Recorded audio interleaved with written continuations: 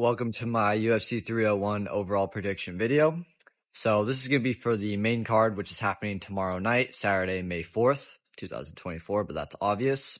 So for those who already follow me, you know I use information strictly from the UFC.com website and Tapology. That's where I get all my statistics from. That's where I get all the stuff I've been using in the past for the overall statistics videos I've done and everything else. I'm also going to be using DraftKings to get odds for these fights when I make my predictions. I'll be using, for the prop bets I will be giving, I'll be using the double chance odds. So I'll be doing mainly like knockout or submission or decision, that type of thing. It allows for slightly worse odds, but the payout, it has a better chance of actually getting a payout and hitting. So be sure to let me know about that.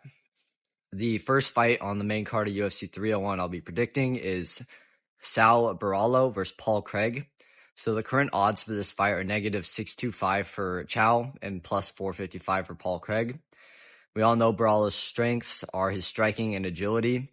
I'm not sure about his gas tank. I did some research. He doesn't have the best gas tank, and his weaknesses have been grappling and submissions. Paul Craig's threats specifically are striking, agility, or striking, submission skills, and grappling. He's a grappler, a wrestler. So I believe that if Chow Barallo can keep this fight standing on the feet, then he'll be just fine and he won't be taken down and submitted. Don't have any prop bets for this fight specifically, but I'm going to have Barallo winning this fight on my overall parlay. My prediction, like I said, is Barallo to win. If you wanted to add a little sprinkle of props, you could do by decision or by knockout, but I'm emphasizing he has a striking advantage. I'm just putting him winning.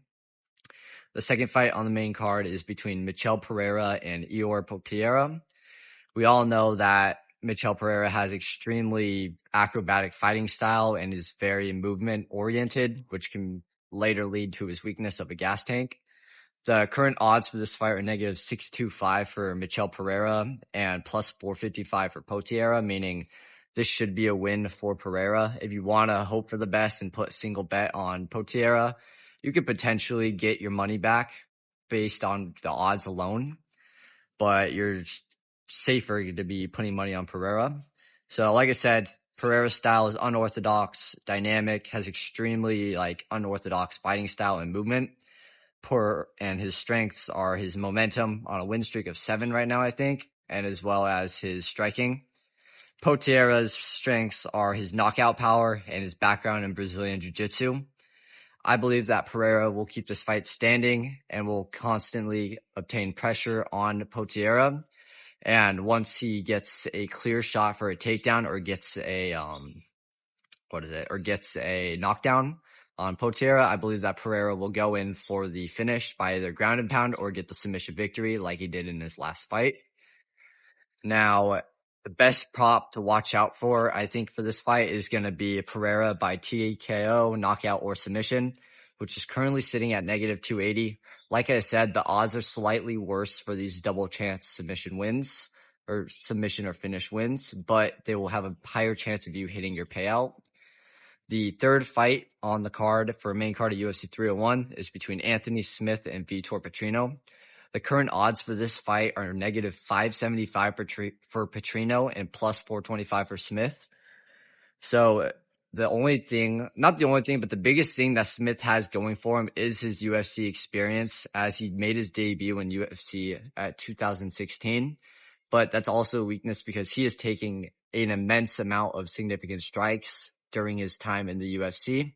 His last fight was against Khalil Roundtree Jr., and he got knocked out in the third round, and it was a vicious knockout. So he's fighting pretty similar or pretty close soon after, not much recovery time overall. So, like I said, Petrino has an undefeated record right now, and he has extreme striking power. The only weaknesses I've seen in his game are his UFC lack of experience and his ground game. Now, we know that Smith has a good ground game and submission victories, so I believe that Petrino needs to keep this fight standing in order to win and utilize his extreme striking advantage. And I'm going to say Petrino to win by decision or knockout. Like I said, that is a prop bet, double chance. It is sitting at negative 360 right now.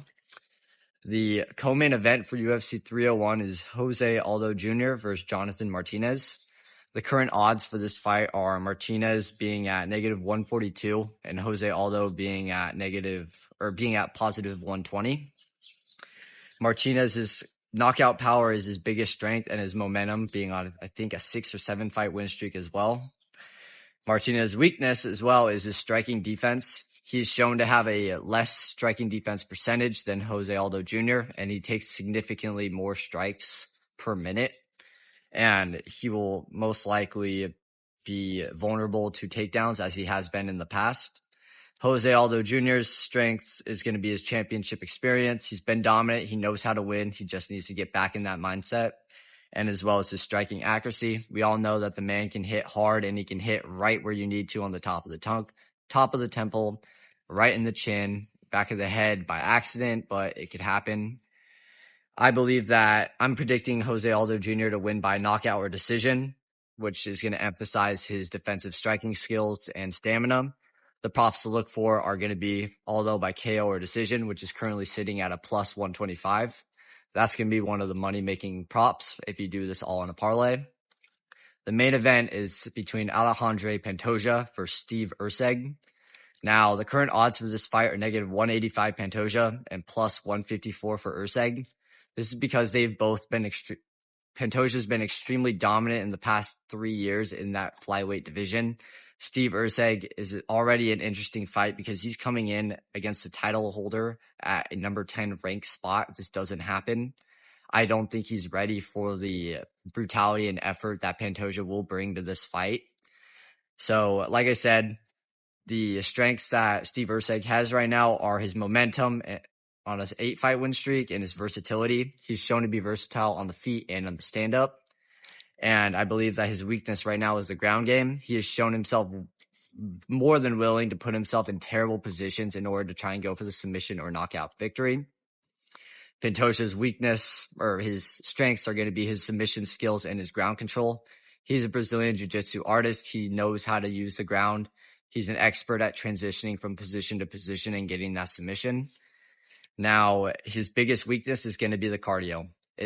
We thought that he got rid of this problem when he fought Brandon Moreno a few fights ago and got the title from him. But when he went against Royval, that cardio really hit him in the second round and he barely survived.